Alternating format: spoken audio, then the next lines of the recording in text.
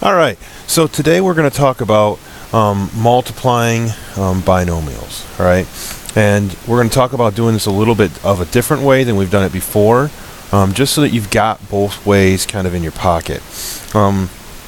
If you look at these, a lot of times when I have these, I'll give you a box, or you can draw a box, and you can put those on the edges, and then you can multiply it and get your trinomial, right? Your three terms binomial, not binomial, I'm sorry, quadratic, which is usually three terms, so that's called a trinomial.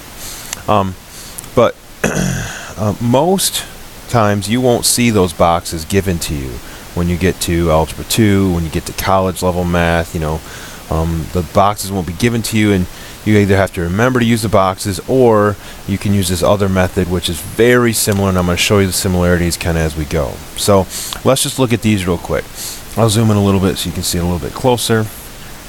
All right, so we're looking at 3n plus 2 and n plus 3. Now, these could be x's, they could be w's, they could be any letter, right? So we want to show you with different letters to make sure that you realize that you can do this with any letters, right? They have to be the same letter if they're going to be two binomials. But let's go ahead and multiply this out. Now, if you look at this, if we just had the 2, I'm going to cover up the 3n plus 2, right? If we just had the 2, we would multiply the 2 here and the 2 here, right? If we just had that, that's what we'd do. We'd multiply the 2 times the n and the 2 times the 3, because that's called the distributive property.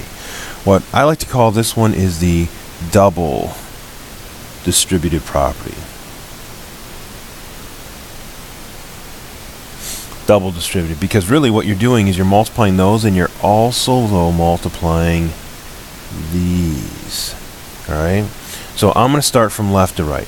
3n times n is 3n squared. 3n times 3 is 9n.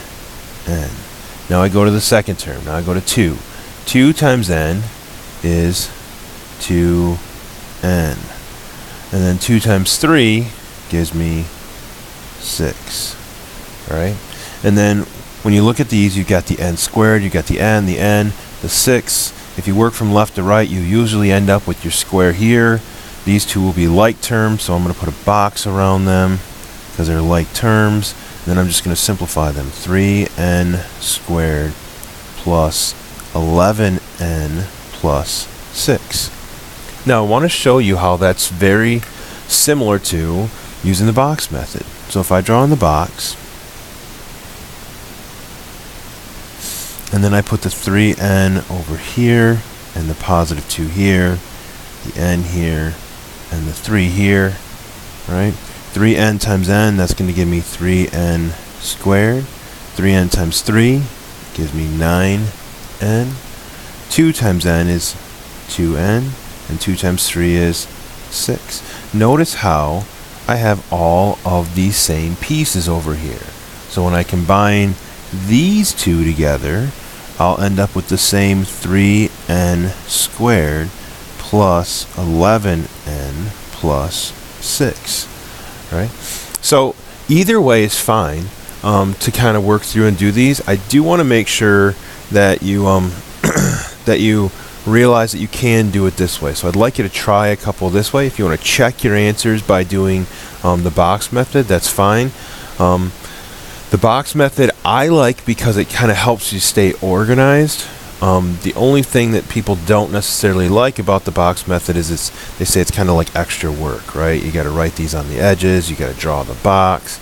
So maybe it's a little bit extra work, but it again helps you kind of stay organized.